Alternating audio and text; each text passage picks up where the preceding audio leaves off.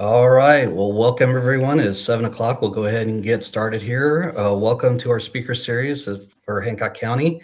I'm your host, Charles Gill. I'm the vice chair for the Hancock County Democrat Party. And this will be our first in our series on the 6th District candidates. Hopefully we'll have one more tomorrow night, and then we'll have a couple more coming up that I'll announce probably tomorrow night. Um, I'm happy to have with us tonight Mr. Nick Baker, candidate for 6th District for Indiana. So, Nick, why don't you go ahead and introduce yourself and let everybody know who you are?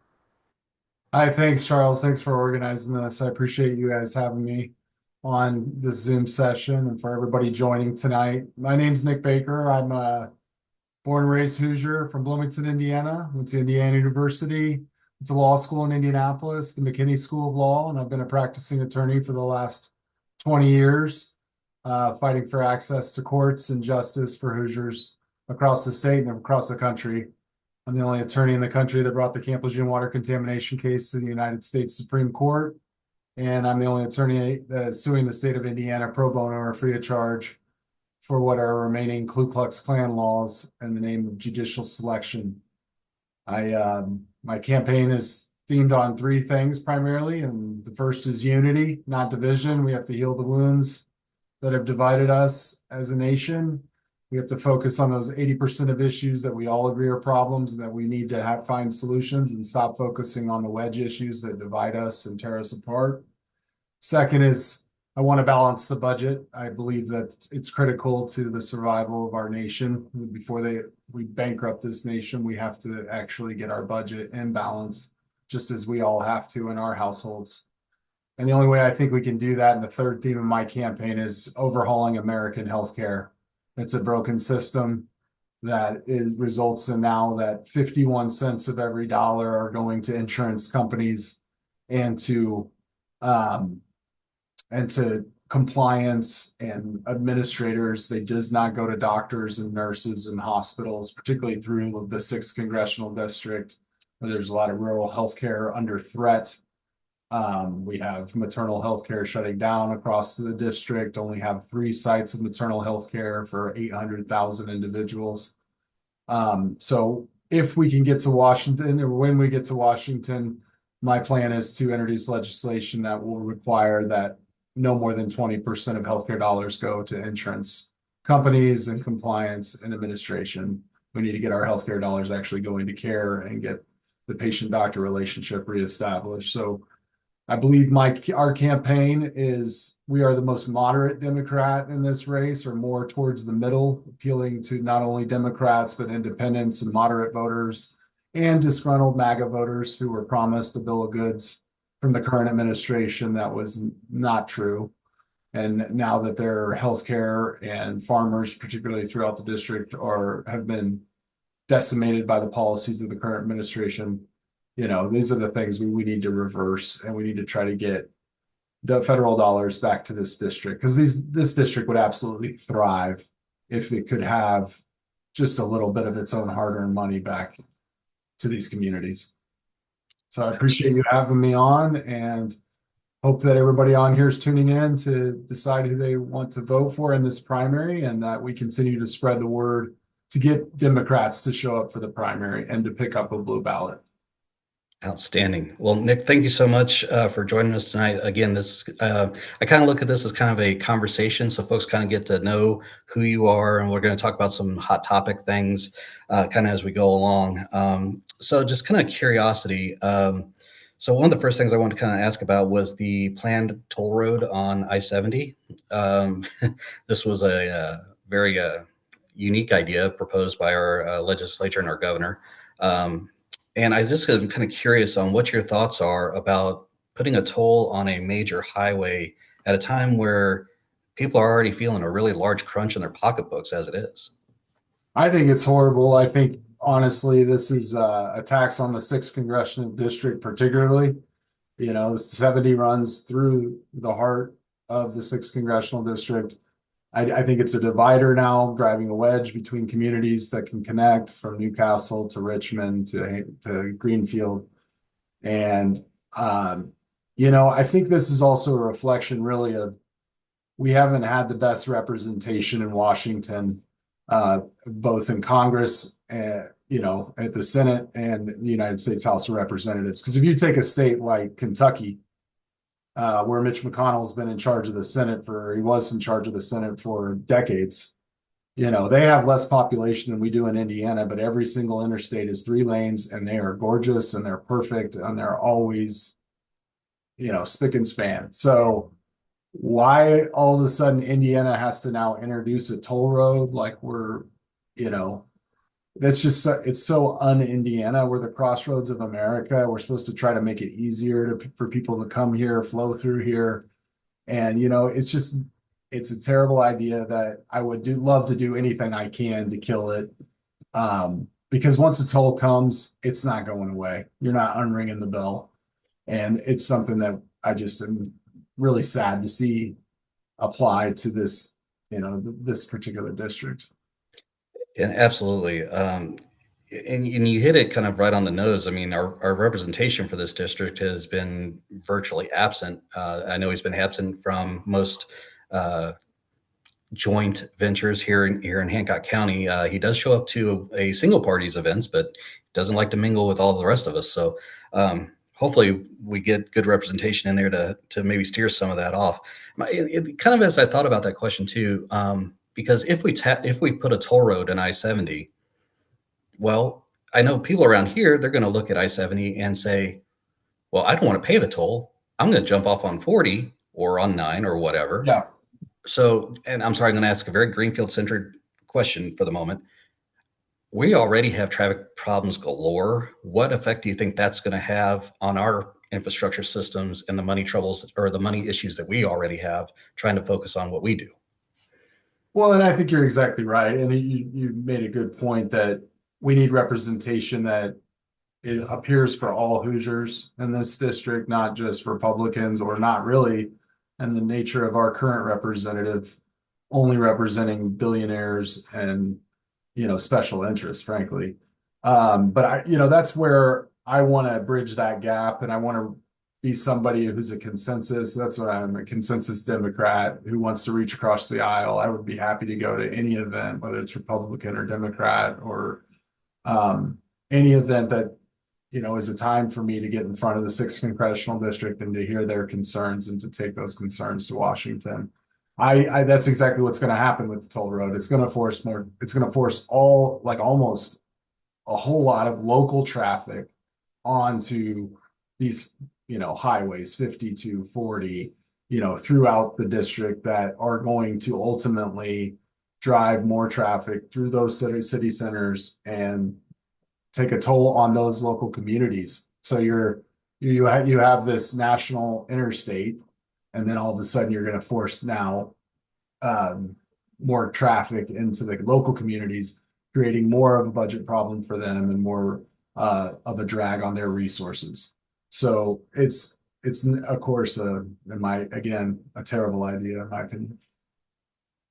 Oh, yeah, absolutely. And so that kind of leads me into my next question. Since I work in the utility field, I figure this is a great caveat in that because a lot of systems like ours are having to upgrade systems, having to deal with federal mandates. And yet our governor has touted a quote unquote win of reducing utility bills or, doing these things. My question is that just a state thing, do you feel, or do you feel that's a more universal across the nation thing where utility companies should put their customers first? What I'm seeing in the utility field and I have for the last 2 decades is, and frankly, this is, I think, a product of what Washington really has not been enforcing our antitrust laws at all. And what you're seeing now is the Black Rocks or these private entities claiming in the name of privatization that we need to consume these utility companies. And so you're seeing this across the board in multiple states. And I think that is a direct result of the Department of Justice lack of attention to those. I mean, a public utility is a natural monopoly by definition. And having a private entity own and control that is the is the exact opposite of what capitalism is. You want competition and you want a healthy business environment, but why are we going to stack a win in the name of public utilities to private entities like BlackRock buying up AES, or even here in Indianapolis, where citizens, Mayor Ballard, everybody says that, he's more of an independent guy. Well, he did two things here that I really hated, and that was he sold our water company, which the income stream in Marion County was $2 billion a year. He sold it for $400 million. How that's not a crime, because anybody else who were to do that in business, that would be, they'd be fired immediately. You value a business at 7 to 10 times its earnings in a year. So we should have sold the company for anywhere between 14 and $22 billion, but we didn't do that. So what you're seeing with a lot of the current administration and a lot of the Republican platform, and you can see this all the way back to Mitch Daniels, this garage sale mentality where these politicians come into office and they take up public assets and they find their best friends to sell it to and give them a win in perpetuity. So I think you're seeing this more on a national stage, but it's a direct result of these political actions, and there's no real benefit. That's the irony. Here in Indianapolis, my sewer bill is 7 times what it was in 2010, and I don't have a better sewer pipe or anything like that. So I just would like to do something to break up what I'm seeing in privatization of public utilities. People should not be dealing with price gouging on an Enron scale, because that's what's happening across the nation. Which effectively what these people are encouraging is Enron like a behavior.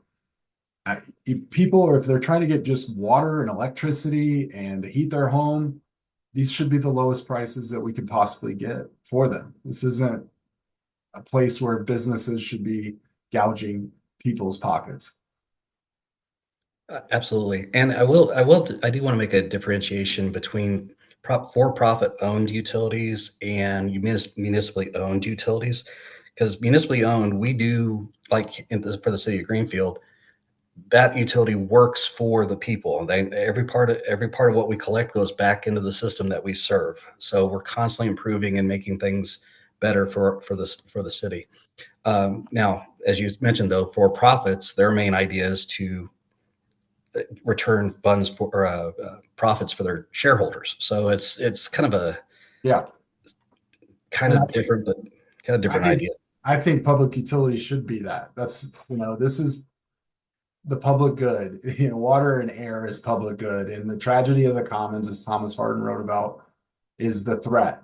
So you need to manage those types of things with more of a consensus type. That's why we have government, is frankly to provide those types of resources.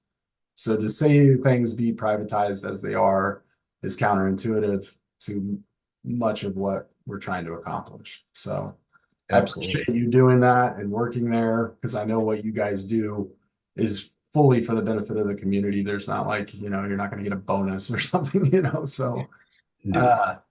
it's all the people that are out there doing that type of work is, we all owe them a debt of gratitude.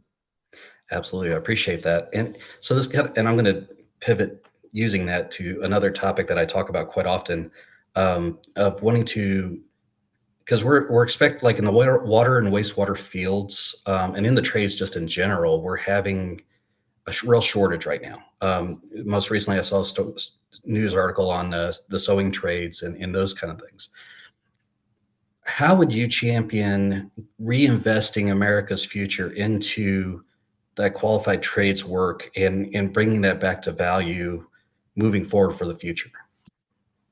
Are you talking about building trades or? Building trades, water, wastewater treatment, plumbers, I mean, the whole gambit. Well, I mean, obviously, I think we need to increase all the resources we can to make sure that those, services and frankly, the human talent, the human knowledge that this baby boomer population has a lot of that wisdom in them, and a lot of them are retiring or they're passing on, and I don't want to lose all this knowledge that we have within human investment. So we have to reinvigorate, sourcing our education, our vocational services. Sometimes people are only thinking about education and getting to the college. Well, there's a lot of people that just want to go and learn a trade or to get that type of skill. And so, we were talking before we got on this about veterans and, how we do not do enough for our veterans and reintroducing them to society. Well, that's one place right there where we should be definitely pouring resources into training up those returning veterans so that they now have a skill set. It's the greatest investment you can make in your life is in yourself and your skill. And it's the only thing that you can invest in that will transcend any depression, any economic catastrophe. So encouraging those things, getting resources back online to those types of training is exactly what I would love to see happen in Washington. Absolutely. Which leads us into a question that one of our audience brought in. So I'm going to try to read this through without messing it up. I've seen a lot and heard a lot on strengthening national defense. What I haven't seen is what I consider a larger issue for veterans.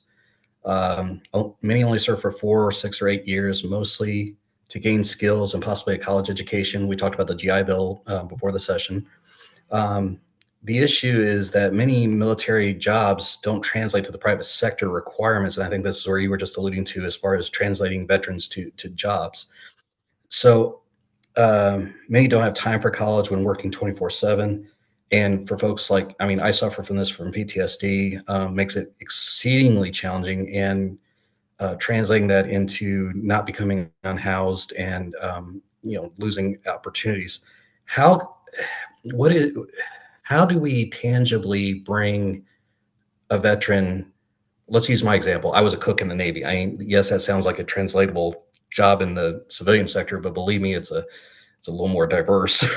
But how would somebody like me translate into the working world effectively and be I want to say calibrate, but that's not the word I want to go with. Adjusted for civilian workplaces. Does that make sense? Sure. And I think that's something that the VA needs to strengthen its resources in providing and providing, frankly, more than just the idea of the GI Bill. Because for the majority of the military members, they're probably going to return to more of a, not all of them are going to just straight go to college. They're going to go back into their lives. They're going to have families they need to support. They're going to need to continue to work. So how can the VA create pathways to reintroduce those individuals to society and get their skill set that they may have learned in the military, if it's not specifically translatable to civilian life, how can we train them in a way that is going to bring them online? Or what other skill sets can we use to explore getting them into the workforce here? And that, I think there are multiple ways to do that. I could go through a lot, but I think we need to ultimately strengthen the resources we have at the VA and to help our veterans returning from service and reintroducing them into civilian life.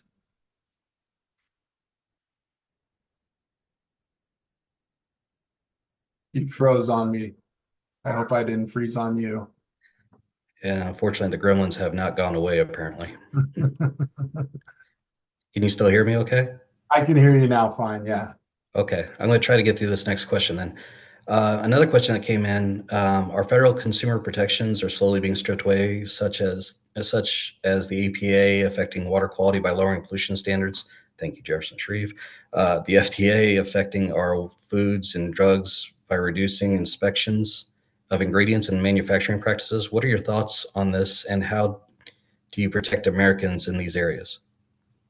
I I'm devastated by the destruction of our civil protections or consumer protections that I see across the board. I've never been a real fan of anything that's going to. This is the whole purpose of government, is to ultimately.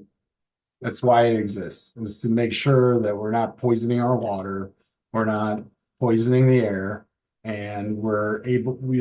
We're getting healthy food, and yet we're doing everything we possibly can to strip that away and to make it easy for special interests and powerful companies to push their poisons on our society and without any protections. And we even have with our current administration, they're now extending, they're trying to extend immunities to these entities that we know are producing cancer causing agents. And yet we have the current administration pushing the further production of those types of chemicals like glyphosate and Roundup. Um, I I will do everything I can to get those protections back. I mean, you have to realize there are a lot of people that the president has pardoned that have committed straight fraud, 75 individuals that have committed fraud to multiple billions, tens of billions of dollars they have stolen from Americans. And yet he's given them a pardon and a green light to get back into basically doing exactly that. This criminal like organization is ridiculous. And ultimately, we have to get new leadership in there. We have to get our Department of Justice to actually function and enforce our laws and do it fairly, not as a political vendetta. But that we have to bring back these protections. This is exactly why the government's supposed to be there, and it's just terrible to see its erosion. Well, Nick, it looks like I lost your video there for a minute, but hopefully you can still hear me okay. Great answer on that last question, by the way. Oh well, Um, I could see you. You freeze on me, but I'm still there. Um, Sorry, my daughter just wanted to know if she can have a banana. I said yes, she can have a hey, banana. little ones are part of the game. I understand. What I'm going to do is I'm going to shut off my video real quick and see if that helps. Um, okay. There was another question that popped in about there have been 3 mass shootings over the last couple of days. What are your thoughts on current gun laws and how would you change them if so inclined? My thoughts are we don't have common sense gun laws like we used to. And we've seen that. I mean, it's just been an absolute attack on any type of controls around having a our gun rights. And I think that anytime we do that, we actually every time we force guns and let them get into the wrong people's hands, we ultimately are threatening our Second Amendment. And I would love to see us strengthen back just common sense gun laws. And I'd like to even see come online that if you're going to buy a gun, maybe we require that, and this is a win for the gun industry. Maybe we require you have a trigger lock or you have to buy a safe. And then I would like to repeal PLCAA, PLCAA. It's a gun law that immunizes the gun industry for pushing out their product into communities and in the hands of people they know to be convicted felons. We see straw purchases in gun shops all the time across the state. And we should be able to have our trial lawyers free of charge and use their capitalist system to go after those individuals who are negligently allowing their weapons to get into the wrong people's hands. So I want to do all I can to get just reasonable, common sense gun laws online so that we aren't threatening our Second Amendment. We still have that. I mean, I do believe in what Thomas Jefferson said that the beauty of the Second Amendment is the only time you need it is when they try to take it away. And there's some truth to that to me. I personally, I'm not a gun owner. The tragedy I see is that the number one use of guns in America is self-infliction. And we just, as a society, we're like tone deaf to looking at that issue because it's an epidemic in this country, and we got to address it. Oh, absolutely. Yeah, and I'll be the first to tell you as a military vet, I don't own guns myself. But I'm not against those that own them responsibly. Those that, Yes. have the trigger locks, that have the gun safes, that invest in training, and, do all the things right. And I think there's nothing wrong with that. If you do Yeah. you.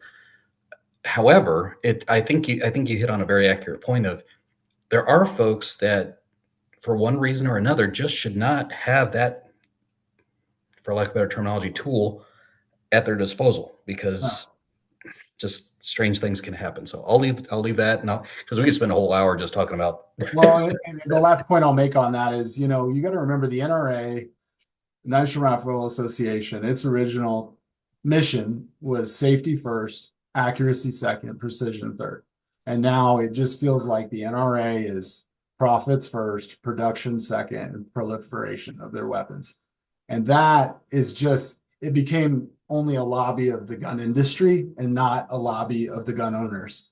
And I think what we need to do is remember that we're trying to support responsible gun ownership, not just the gun industry.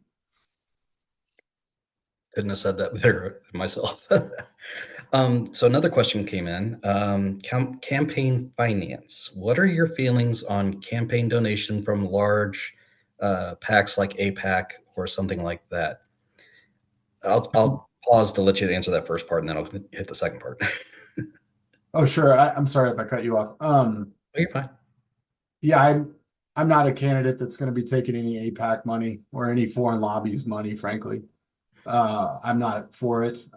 I would like to get dark money out of our elections completely. One of the first things I'd like to do when I get to Congress is to introduce a constitutional amendment to overturn Citizens United and get these dirty PAC dollars out of our elections so that we can get our elections back to the voters. The voters should be in charge and influencing elections more than corporations that do not vote and are not people and have no right to be there. So why, you know, Samuel Alito at the Supreme Court, you know, wrote an opinion that it's for free and fair and open elections to bring in this dark money is totally counterintuitive, frankly, to the American system we live in. And so I'm not somebody who will be taking foreign lobby dollars. And I'm also somebody, though, I think it should be more apparent, frankly, how Congress people are financed. You know, somebody suggested we should all have NASCAR jerseys with our, you know, logos of the companies that keep donating to us. And I don't necessarily disagree with that. Or like a sash in Boy Scouts where you have, you know, your little badges of the people who are financing you. And I think that we should have more clarity immediately. Like, this person's supporting this issue. Okay, well, wait, who paid for that? You know, and we just need more transparency and those dollars. Well, unfortunately, my video was off, but I just did a little happy dance when you hit on the whole NASCAR jersey thing. I thought I think that's actually pretty fun, pretty cool idea. So now, in the second part of the question that was asked, was what are your feelings on representatives and senators trading stocks when they're creating laws in relation to the companies that they're trading? Well, they shouldn't. I mean, we are seeing, and it's not talked about enough in the media. I don't really understand why, but we're like this insider trading from this administration, $1 million a plate dinners at Mar-a-Lago the night before he announces his tariff policy. And then all those people go out and make their trades. You know, I don't think, I own probably 4 stocks. When I get elected, I'm going to just sell those. I mean, I don't mind owning a mutual fund, but I really don't think we should have representatives who have that insider information prior to the media or the public knowing about it, making trades on that. And we need to have more exposure about that. I mean, I see it on social media, people telling those stories, but it's suppressed, frankly, in our national media, how much grift there is going on in Washington, and particularly with this administration. Yeah, I agree 110% that, you know, And somebody just made a point that Nancy Pelosi, this goes for both parties. This isn't endemic only of the Republicans. This is a Democratic problem too. It's across the board. Oh, absolutely. And that was kind of what I was getting ready to hit on, that the idea of serving in Congress is to serve the goals of the whole, not of a single person's you know, it was never meant to be a career. It was meant to be something you did for a short period of time, and then you lived with the decisions you made. I personally would love to see us go back to that kind of thought process, something along the lines of term limits or something. But anyway, that's another topic I won't tromp on for a minute. Student IDs. There's been a lot of back and forth just here recently. In fact, we started off the day with appeals judge saying you can't do that, and then Rakita decided to go to the appeals court, and the appeals court did an emergency stay on it. So, as a lawyer, where do you sit on this one? That's an interesting question. I mean, I don't personally believe, I don't know if a student ID alone should qualify you for voting and things of that nature. I just remember back when I was in undergraduate in Bloomington, and you could go to just an off uh, campus house and you could ask to get an international student ID. It would cost you, I don't remember, it was 25 or $50. But you could literally put in there what age you were. So everybody used it to go get a fake ID because they would give you your ID and then it would give you your little fake birthday. And so, I mean, I think we need some integrity in how those are issued. If we're going to be talking about using those to vote. I'm so scared of the SAVE Act and what it's trying to do in requiring married women to bring their birth certificate or get their birth certificate changed so that it'll match their state ID so that they can then vote. I just want to, I think having an identification card issued by a state is at least a bare minimum of what is acceptable to require for our voting. But we have to remember there's just not an epidemic of fraud in voting at all. You'll more likely to get struck by lightning than to find voter fraud in the United States. And we're creating a solution without a problem. And I think these types of issues, they're again distracting you. Oh, this is an epidemic, this is a problem. Let's talk about student IDs, all while they're trying to push this SAVE Act. And then they talk about the ID side of the SAVE Act, and they don't even talk about the 30-day purge rule, where the federal government wants control to purge the voting record rolls have the right to do it every 30 days and without any guidance on how they would do it. It's some kind of Nazi-like law. So I don't necessarily know if I'm okay with just student IDs being used to vote, having seen the fact that there are sometimes certain ways to skirt that system. I believe that we do need some kind of governmental entity that is issuing that ID. Absolutely. So, which leads me right into the next question I wanted to throw at you was so I've kind of felt like Indiana's kind of been suppressed in the terms of voter turnout, mainly because I believe most folks believe that their individual vote doesn't count for anything. So, as our congressional representative, how would you work to encourage civic engagement at all levels of government and promote a healthy democratic republic? Great question. And I think that's what we need to see more from our politicians. You have to understand the current administration is literally trying to disenfranchise voters. They don't really care who they are. They just know that they have a better chance of winning when less people vote. So what we need to do is, unfortunately, we are seeing people that are so upset right now, and they're seeing, frankly, like a criminal organization take over our federal government. And they're so upset that they're actually finally waking up that, wait a minute, the reason these people are in power is because I didn't vote. And if I do vote and everybody like me goes out and votes, we're going to have new people that are going to actually support us and not just themselves.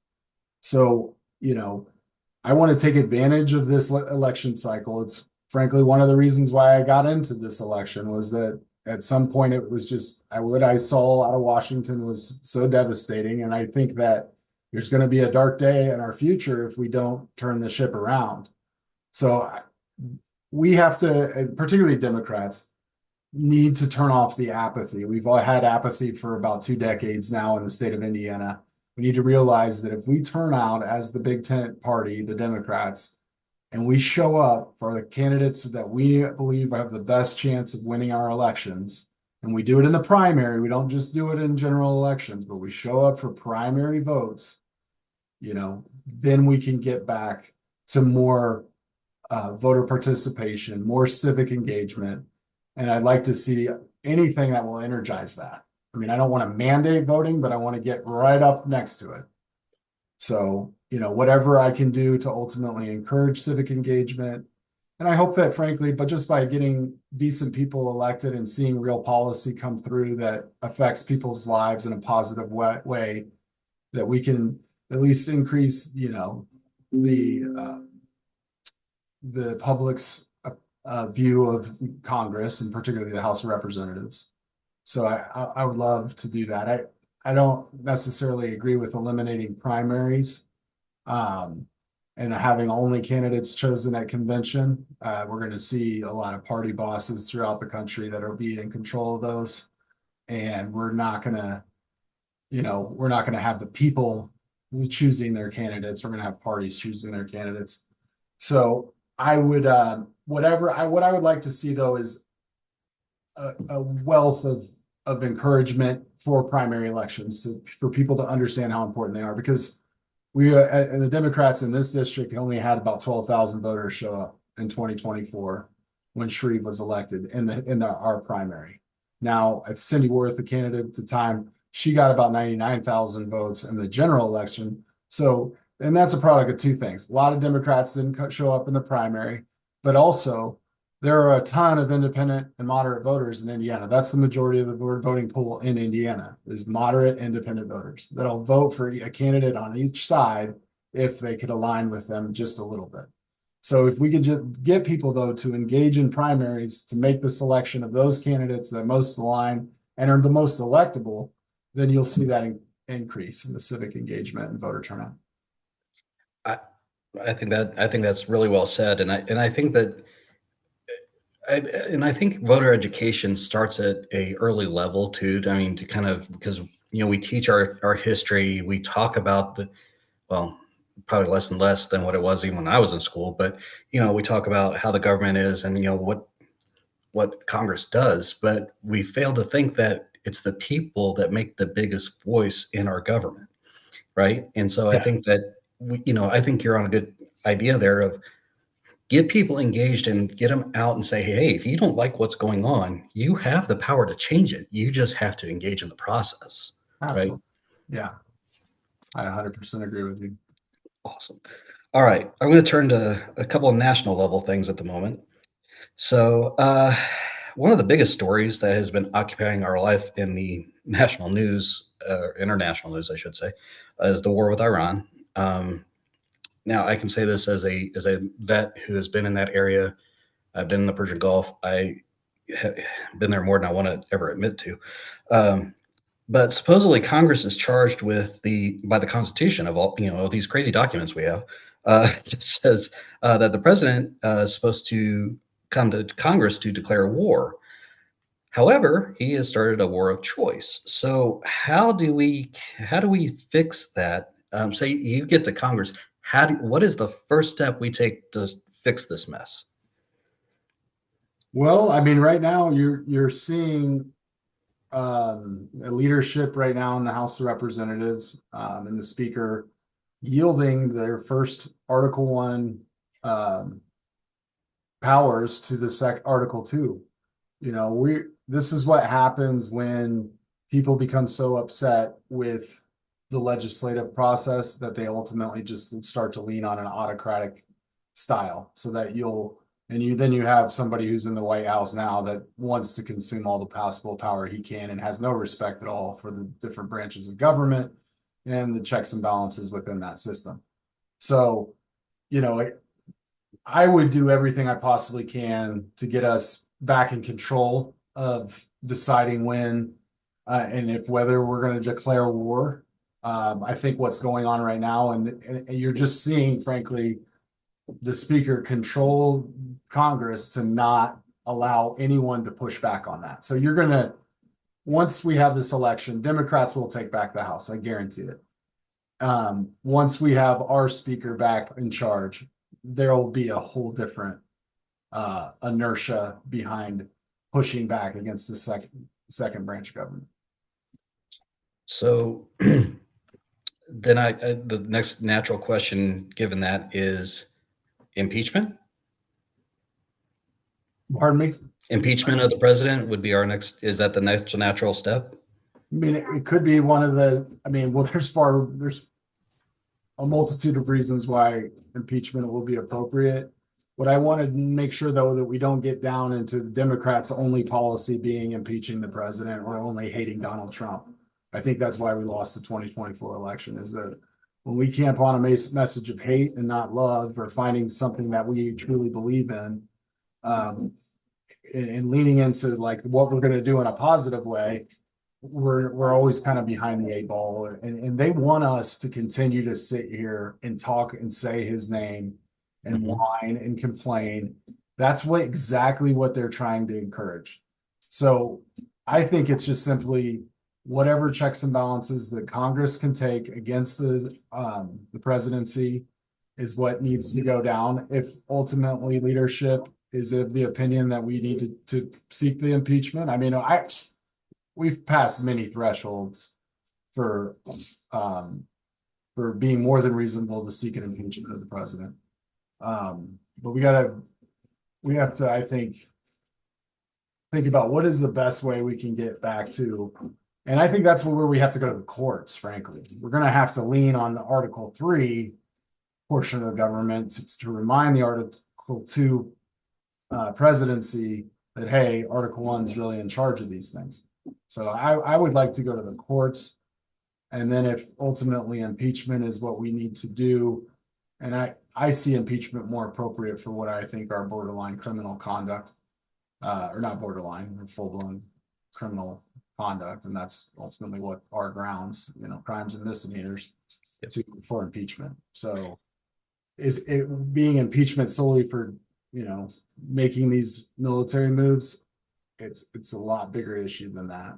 So Oh, I agree. There is so much on that impeachment line of thought that it almost is an exercise in cognitive overload, because you almost lose track of how many things have been done wrong or illegally over the period of time.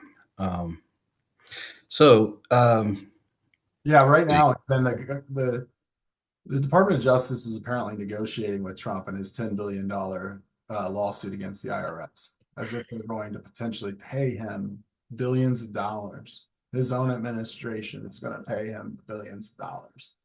I mean, they are wanting us to sit here and look at these wedge issues and whine about this and that over here, while they're backing up the Brinks truck to Fort Knox and pulling out of Washington with all of our money. It's crazy, and people are not talking about it. At least major media is not talking about it, and I don't understand why, other than the fact that they're, his people are in control of all those things. yeah, and that's the sad part. I think the national corporate news uh, entities have kind of lost their independence, unfortunately, and that's why I think a lot of the independent newscasts have really kind of really taken a step forward here as of recent. Um, One of those things that it's hard to find a pivot off of the whole stealing money $10 billion thing, but large point of conversation, continuing funding to Israel. We're talking about money and where our money goes, and that was kind of a big issue in 24, where people were protesting some of these things that have happened with Israel and Palestine, and fully justified. I mean, what's going on in that is a genocide. It is wrong. It shouldn't happen. However, we are still sending money to Israel for them to purchase weapons and do some other things. So my question is how should we, number one, should we still be funding Israel for any rhyme, reason, or purpose?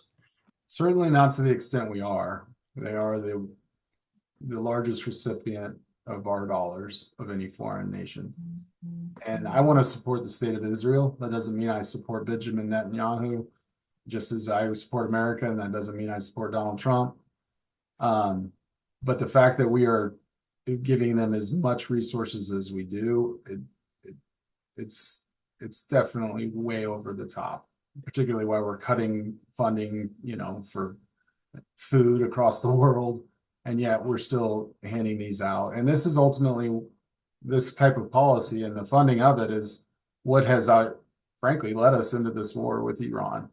And they were the ones who said, well, we're going to do this, and then the president's like, well, I guess I can't be outshined by you, so I need to step in and do it myself. And I think that's dead wrong. I want to use the International Criminal Court to get after any individuals, whether it's in Ukraine or Israel or the West Bank or Gaza. Anyone who's committing war crimes should not. How you doing, buddy? Oh, you want that? Go ahead. You want? I'm sorry, my son needs a piece of paper. Let's get you Nope, that's fine. big guy. Hey, most of us are parents. We understand. Hey, well, if he's grabbing a piece of paper to write something down, it's a whole lot better than picking up the iPad. So I There appreciate you it. go. Um, so, I don't think we should be funding them to the extent we are. I don't mind supporting them though, and I want to make sure that Israel is a state and Mhm. continues to be. I just don't want to support any type of terrorist or criminal activity, any international crimes or anything of that nature. Oh, no, that makes total sense. Of course, I'm one of the weird ones. I was totally on the whole two-state solution scenario a while back. So I still think that is I ultimately think going to be what. that's the only path forward is a Mhm. two-state solution. But we also, Israel shouldn't be continuing to consume Palestinian lands in the West Bank. That's pretty devastating to see all of those families and their homes and their farms just being stolen, frankly, and then they have these settlements they build on them, and I do not at all support that. So, next big question I want to ask, and this is going to pivot into another question in a minute. On the national stage, the current occupant of the White House, I refuse to say his name, has signed an executive order to attempt to try and start the nationalization of the election process. If the judicial branch does not act to bar this overreach of executive authority, what actions could be taken in Congress to protect the right of states to conduct their own elections? Don't pass the SAVE Act. It's a ridiculous piece of legislation that it's the most anti-democratic piece of legislation I've seen in my lifetime. Um, while the Constitution does provide that states are to be in control of the management and their elections, it does say, or as so Congress, um, defines. So there is room there. I frankly, as a lawyer, I think they do have a place that they possibly could get this SAVE Act passed, and that it will have constitutional muster at the Supreme Court. We just need to make sure we elect the right people that do not allow these pieces of legislation to move through. The federal government should not be in charge of our elections. It's not what this country was built on. That is not what we are a republic. We are not a full-blown democracy. We are a republic, and we need to honor what a republic means, and that means states should be in control of their elections. And that is completely accurate. And people get verbiages kind of turned around in all kinds of different ways when it comes to the whole democratic republic and democracy and those things. So just again, I think that boils back to that investment in civic education and what we need to talk about more to help people understand as we go forward. So there's been, I'm trying to find a way to move this next question in, but um, do you think that do you really think he's trying to grab a hold of the national vote, or is he trying to distract from any further release of the Epstein files or any other accountability about the Epstein files? Or is anything he does in general trying to distract from that fact? I don't necessarily think, I mean, yes, everything he's trying to do is for control. Um, Whether it's in elections or the Epstein files, it's to suppress those. I mean, we're seeing again the Department of Justice not do their job and not give us the files that Congress demanded they release, and yet they still have not done so. Um, what I think though is that yes, the president is trying to disenfranchise millions of American voters with the SAVE Act. It is suspected that nearly half of all African Americans under the age of 30 will not vote if the SAVE Act goes through. Women will be completely disenfranchised across the nation, and particularly in Republican districts. But if you couple it with the purging, the voter purge rule, the 30-day voter purge rule, Mhm. without any guidance on that, I think what they want to do is they want this act to pass so that they can go in and purge voting rolls specifically, grab Mhm. the whole gamut of Democratic voters, purge those voters, leave on the Republicans, and then to the front end of the SAVE Act, then it's only hard for those Democrats to go re-register or register every 30 days just to keep their voting registration active. So Got this is again some Nazi-like law that the president is trying to pass. He's been vehement that he wants to pass it. He said that he will not sign any other legislation until that piece is before him. it. And fortunately, we have a couple of holdouts on the Senate, and we're just so hopeful that we can make it to January when we can get back in power and we can kill these types of pieces of legislation, get them out of our politics because they're so antithetical to the United States of America and exactly what our Constitution provides.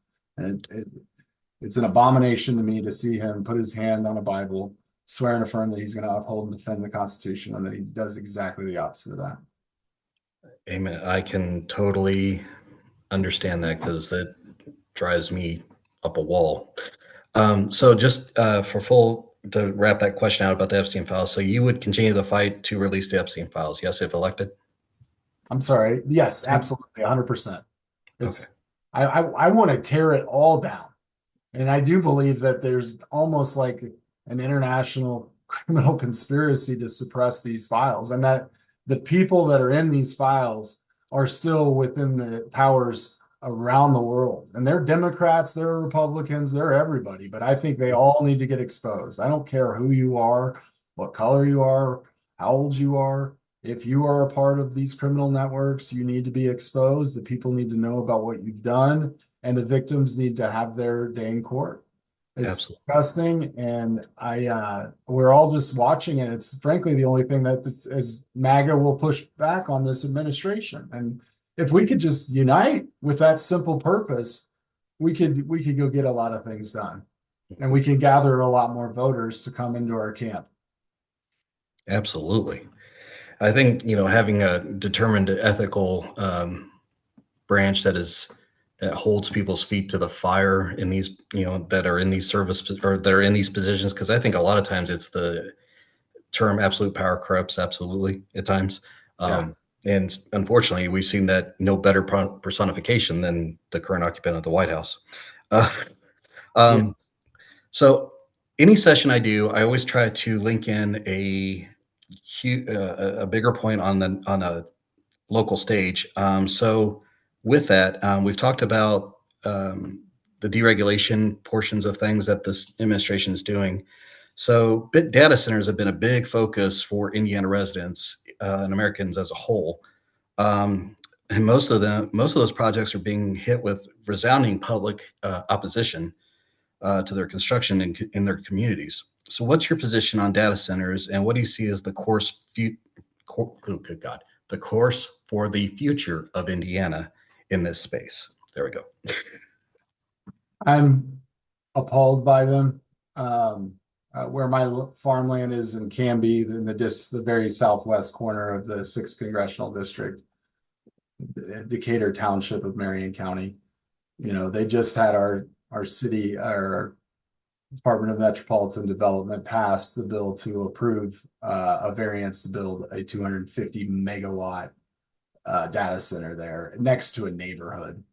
And this facility will use the same amount of power as 75% of the homes in all of Indianapolis. We don't even know what the environmental effects will be on water and how much it'll tap the resource, but also we don't know where the brackish water and descaling agents are going to go, because this becomes a completely toxic. And I was thinking about you and the fact how you work a water system and how difficult it's going to be when you have a water system that relies solely on wells, all of a sudden have to adopt or absorb a data center that's now going to consume more water than anything else in the district. And for what? 75 new jobs? That's what we'll get in Decatur Township, less than that are employed at a Cracker Barrel. And while they claim that's going to give them $104,000 average salary, they're going to be high paying jobs. That totals per year $7.8 million. They're asking for a $13 million tax abatement. And somehow we're thinking about that's a good idea for Hoosiers. In Decatur Township, 1,377 residents signed a petition to please beg our current leadership in Indianapolis to please not pass this bill. Only 24 residents in all of Decatur Township endorsed it. And you're seeing that across the country. People are not in support of these. The only people who are in support of these are Donald Trump's and Jefferson Shreve's, and apparently, I guess, Joe Hogsett and Democrats on that side. So I stand in the middle. I stand with the residents. We need representative government that represents the people and not special interests. You know, that data center alone is going to have 20 diesel generators that'll have to run 3 days a month just to make sure they're working properly.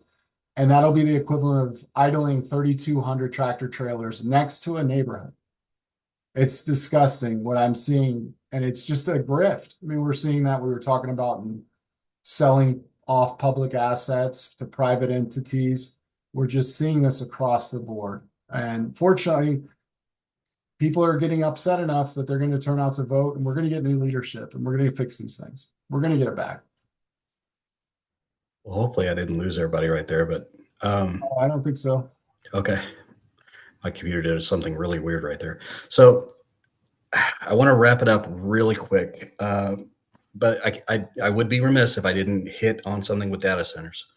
And you hit some in saying that with these tax abatements for these multi-billion-dollar companies that can afford to build these things, why do we not make them invest into water resource or a more sustainable water reuse construct in their construction? I mean, how do we put that in law to protect not just Indiana, but all of us as a whole across the whole country? We hire new representation across government. I say fire them all. I mean, that's the only way you're going to get actual change. I'm not opposed to tax abatements outright. If a company is going to come into a community, they're going to bring in a ton of jobs. They're going to be a corporate sponsor within that community. They're going to be, you know, an influential member of the community like Eli Lilly is across the state of Indiana. I'm not opposed to helping them in the ways that are going to get them off their feet to ultimately support our communities. But to do a tax abatement that it ultimately gives more money back to the company than we're even going to receive, all while we're skirting our environmental regulations to push it, smells of some backdoor money and some, you know, people signing non-disclosure agreements. The only way we're going to frankly be able to do that is to hire new representation in both the federal and the state and local levels. Very fair. Very fair. Okay, so ending on a note, I am a gigantic sci-fi nerd, so I have to ask two scientific questions just because I love it. So we just recently completed our first, or round trip mission to the moon. What do you see that propelling humanity as a whole forward with those missions? I do, and I'm glad we're getting back online with those. You know, it feels like we did it really hard in the '60s and then we just stopped. You know, and I think I'm all for it. I mean, I love what John F. Kennedy encouraged, and he laid out a mission that we need to do this, and to see all the innovation and advancement that we gained with having a end goal like that, you know, and to have a specific date in mind, it really does move the needle, and it advances so much more than just NASA or the pursuit of that trip, whatever it may be. There are so many other astounding benefits that we develop and that we ultimately get in and become the first and foremost of that new technology. So I'm glad that we're back online with them. I would like to see even more done in that area, frankly. I actually like to see now that there's some private companies coming online in that industry. I like to see both public and private in that area. I don't like to necessarily see all of a sudden just like we need to send tax dollars to Elon Musk and his companies. It really doesn't make sense to me. He seems to be doing pretty well for himself, making more money per year than all of the teachers in the United States combined. Maybe we should worry about teachers a little bit. So Absolutely. We just have to ultimately use government to the purpose it can benefit our society and then otherwise get out of people's way. That's what we're supposed to do. So Absolutely. So one last question, and I'm going to make this really quick, about a 30-second answer. If you could choose to be any sci-fi character you wanted to be, who would you be? sci-fi or any character, fictional character. Well, let's not limit it. Just any character. Go for it. So I would probably have to select Batman. Nice. I'm 1989 Batman, Michael Keaton is the best movie ever made by far. There's hands down, there's no better movie. And I love one of Ben Affleck's quotes from more recent Justice League movie where I think the Flash was asking him, I'm fast and Superman's the strongest person. And like, what is your superpower? And he goes, I'm rich. So, I've always had so Batman's just always, I don't know, there's something about the darkness, but being a vigilante for justice, doing it in a way that doesn't kill people, and it's mainly to just go after bad guys. So um I definitely Bruce Wayne, and Batman is my first choice.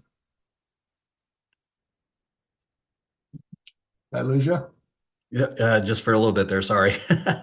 Well, Nick, thank you so much for taking time today. I apologize for the technical oopses we've had along the way here, but we'll get this out on our YouTube channel hopefully tomorrow. And please, everyone, join us tomorrow. We are going to have William Corey Amix on tomorrow night, and then we have a couple more coming up. Hopefully, once I get confirmation, we have a couple more coming up. Hopefully, we'll get David Boyd and Cindy Worth in there. So, again, thank you, Nick. Appreciate your time, and we wish you Thank all the you. best. I really appreciate it, Chuck. Thanks for your time. And thanks for Thanks doing so it. much. Everybody have a great night. Thanks, everyone. Take care.